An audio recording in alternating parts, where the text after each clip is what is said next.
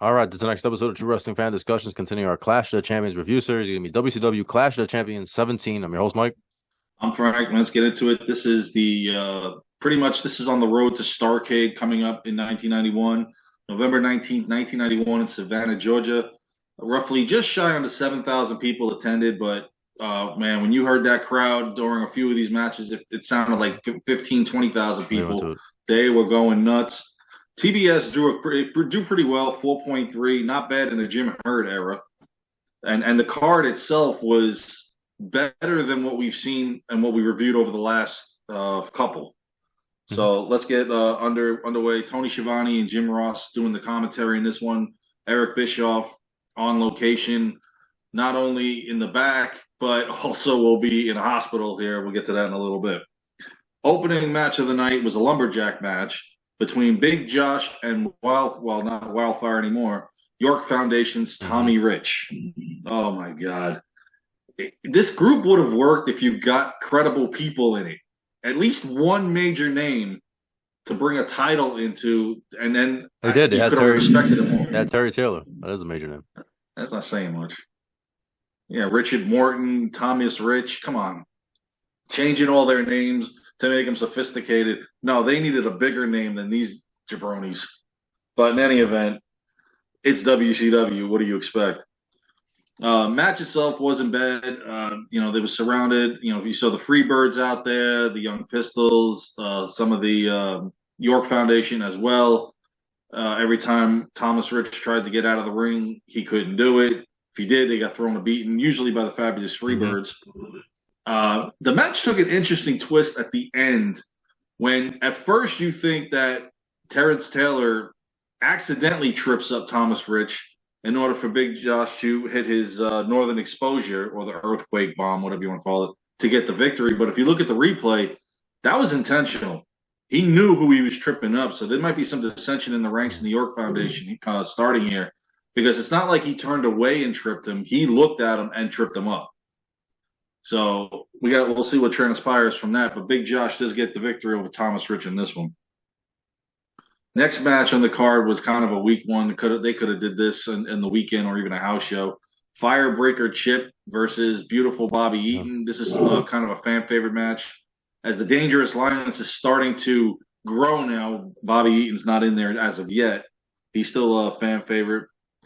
Uh, Again, this match to me didn't make any sense. There's no history here. It's just something they threw together. Firebreaker Chip is in a tag team at this point, so I don't know why they had him in the singles role in this one. Um, Very short, under 5 minutes. This match, Eaton with a back suplex pin gets the victory. This was after Firebreaker Chip hits the top of the turnbuckle, or it looked like even the post when Eaton got out of the way in the corner, and then Eaton countered with the move. He gets the victory here. He's on one hell of a winning streak at this point. Now, following this, this is where the fun begins for the rest of the evening. Tony Schiavone interviewed Sting.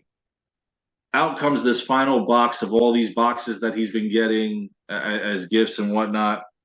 Of course, out pops Medusa. Now you knew there was somebody in there because you see the hands moving Hmm. around. There was no hiding that. Plus, it was too big for it to be anything else. Of course, then from behind, Lex Luger attacks Sting, and Damn the it.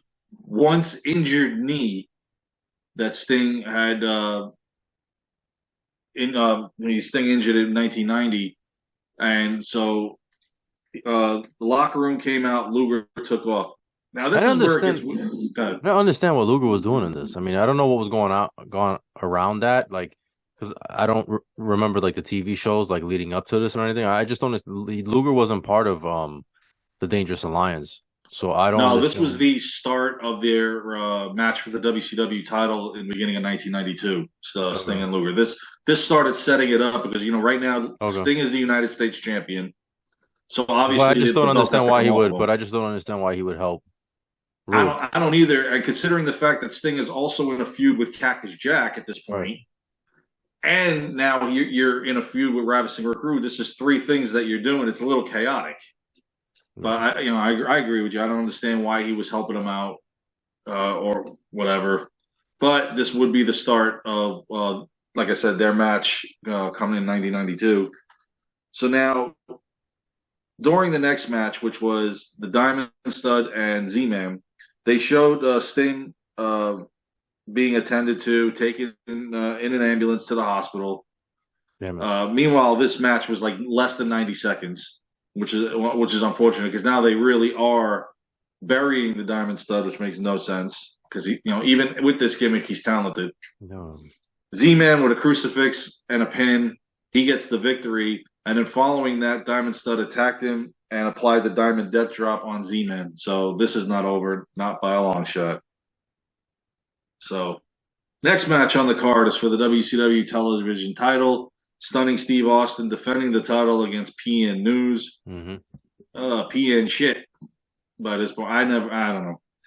I was rooting for Austin at this point, and I mean, PN News is getting, they're pushing him. They're trying. Yeah, exactly. So what better than to put him in the ring with Steve Austin, who's been the television champion, which felt like forever. And of course, Lady Blossom at ringside, and that was the one problem that PN News, had. He dominated most of the match. However, once he got distracted by Lady Blossom, that's where it all changed. And Austin was able to get back the momentum. PN News missed the avalanche in the corner, and Austin rolled him up with his feet on the rope, kind of cheesy, but gets the victory there, and Steve Austin retains the television title.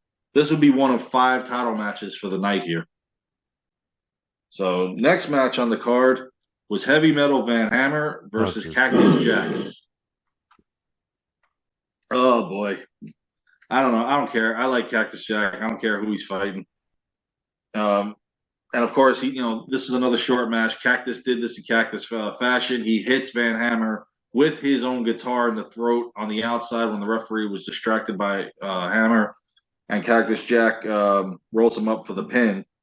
After they continue to go at it and they fought on the ramp and even to the back, next Clash of the Champions, these two guys are going to wind up having a falls count anywhere match. So this is getting pretty good as far as getting Cactus away from Sting onto somebody else. So now Sting's only down to 2 roles, pretty much 2 feuds, not 3, which is ridiculous. So now before the next match, they were on the phone with Eric Bischoff, who happened to be at the medical facility, about the status of Sting. They said he was being evaluated by 3 surgeons. One of them was an orthopedic. Yeah, they probably did this on a cell phone in the back room. Come on. That was a little cheesy, but I guess for the storyline for later on, I'll get to it with Paulie Dangerously. And then, of course, they showed the footage of the Enforcers attacking Barry Windham in his car at Halloween Havoc, which even Windham did wrestle that night. He was unavailable to wrestle tonight, so Dustin Rhodes had a mystery partner, which I'll get into again later because the Enforcers were irate about this. Well, let's just get to it right now. WCW Tag Team titles on the line. The Enforcers, Arn Anderson and your pal Larry Zbyszko, defending against Dustin Rhodes and the return of Ricky the Dragon Steamboat. Yes. It was a surprise. You don't know who it was, and you see the Dragon head. It's Ricky the Dragon. He's back. Yes. After a cup of coffee with WWF, he's back. Yeah, well, they changed his name to the Dragon. He didn't understand why. Everybody knows who he is. I didn't even understand why they changed his name, but whatever. It didn't last. He didn't last very long. No, it didn't last. He was better off at this point here because despite his first run and his second run in WCW, his third one was pretty good as well. So Steamboat with a crossbody drop from the top rope on Anderson got the pin.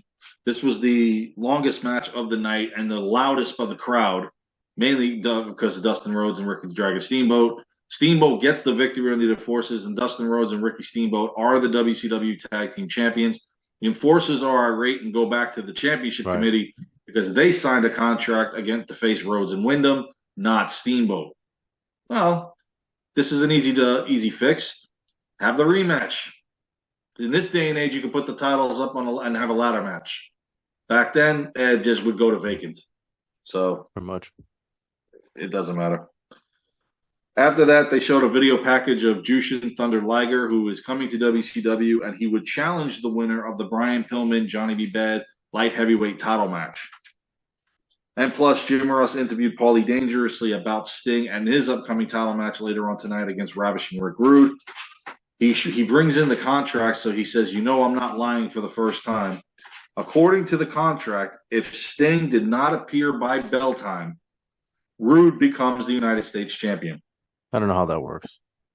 I don't know either, but what are you going to do? Usually it would just be a forfeiture. Rude would win, but in WCW, Rude would win and get the title. I don't know. And of course, again, Ross was on the phone with Eric Bischoff. Bischoff is now telling Sting about the whole thing in the contract, which obviously Sting signed. He would know this. All of a sudden, Sting gets irate, jumps out of the medical facility, steals an ambulance, and he's on his way back to the arena. Oh, gotta love it. Gotta love it. Next match on the card for the WCW light heavyweight title, Flying Brian Pillman defending the title against Johnny B. Bad with Teddy Long in his corner. Probably the last time you're going to see Teddy Long in his corner. The reason why I say that is because Bad hit a sunset flip off the top rope and had the pin on Pillman. However, Teddy Long is distracting the referee. Bad gets up, tells Teddy Long, yo, buddy, I had the pin. What are you doing? He tells him, get on him.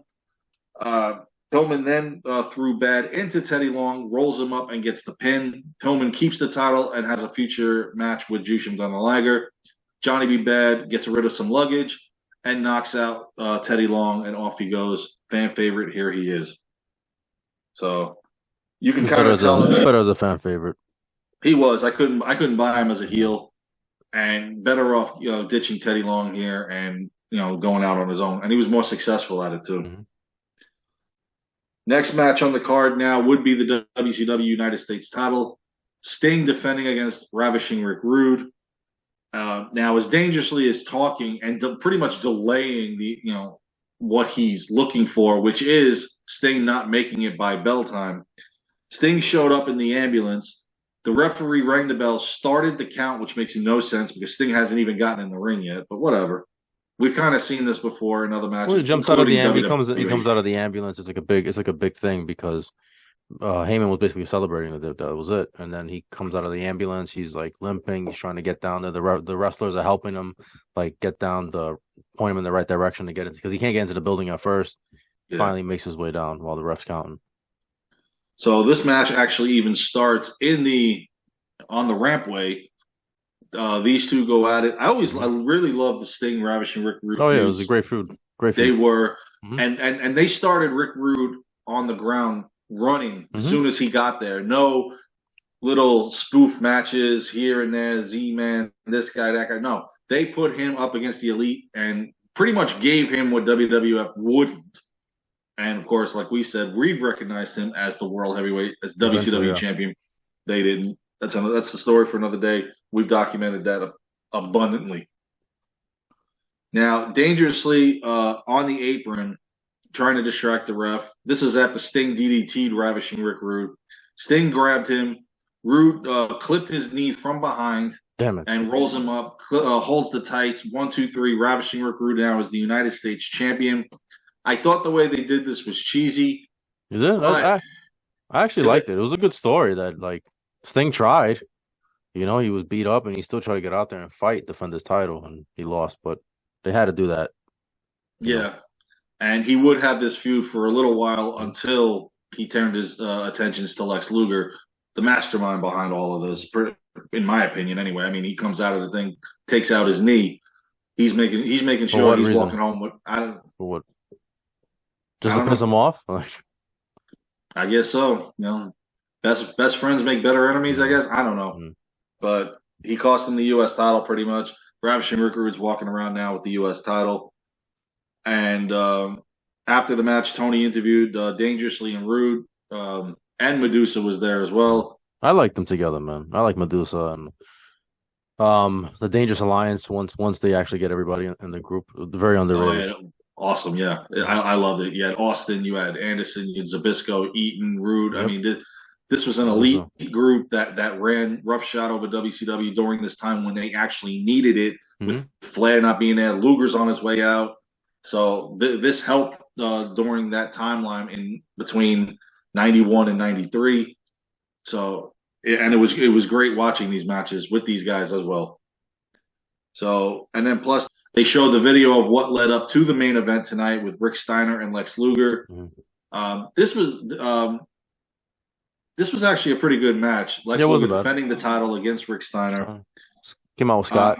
Scott. yeah, and of Mhm. course they banned Mr. Hughes. They from ringside, manager's license. Ross said obviously Scott Steiner has a 1-day manager's license to be out there. Yeah.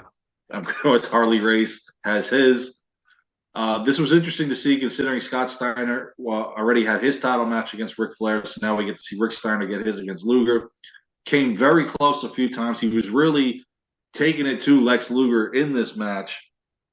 And of course, Harley Race gets involved in this match, and naturally, he's going to do that, kicking Rick while the referee was distracted with Scott Steiner. Mr. Hughes came back down. This is where Scott totally lost it. They went at it on the rampway. He brings him in the ring. He Frankensteins him. Now the referee is distracted with them. Luger hits Steiner with the title belt, where the referee does not see, and gets Damn it. the victory. While the ref was actually distracted with Race, who Rick Steiner suplexed into the ring as Mhm. well. So he hits Rick with the belt. Luger pins him and keeps the WCW title. Scott and Rick couldn't, man. Rick couldn't pull it off. Scott couldn't pull it off. Getting that belt. I would have assumed, I would have seen between the two. I could have seen Scott doing it Yeah, of course, before Rick. but still, but it was cool to give him a shot. That was pretty cool. Yeah, and it was they did it on a Clash. It's not like it was on a Mhm. TBS on Saturday night or a house show. They actually did it where they could see if they ever, I guess, decided to break up the Steiners, give them a singles push. Let's see what they can do. So, which was pretty good. Rick held his own against Lex Luger, the guy in WCW right now, and of course he's got Harley Race at ringside, so that's trouble right there. But overall, a good match. Not only, but also before the main event, Tony Schiavone, I'm sorry, Jim Ross interviewed Ron Simmons, who right now is out with a broken wrist. He sustained that during his match with Lex Luger. He doesn't even know when during the match he got it done. He was wanting to be in the ring in his Mhm. hometown, in his home state of Georgia. Unfortunately, he's on the shelf right now. But trust me, Ron Simmons is coming back Mhm. and coming back with a vengeance, and eventually will be Yeah, world heavyweight champion. But it was good to see him in good spirits here, despite the fact that he's on the shelf. yeah. So this was a pretty good clash. I enjoyed it. It was fun. It was entertaining. Considering we've had a few stinkers come up lately, yeah, this one was pretty Yeah. good. Yeah. All right. Well, that's our review. Please like, comment, share, subscribe. We'll see you guys soon.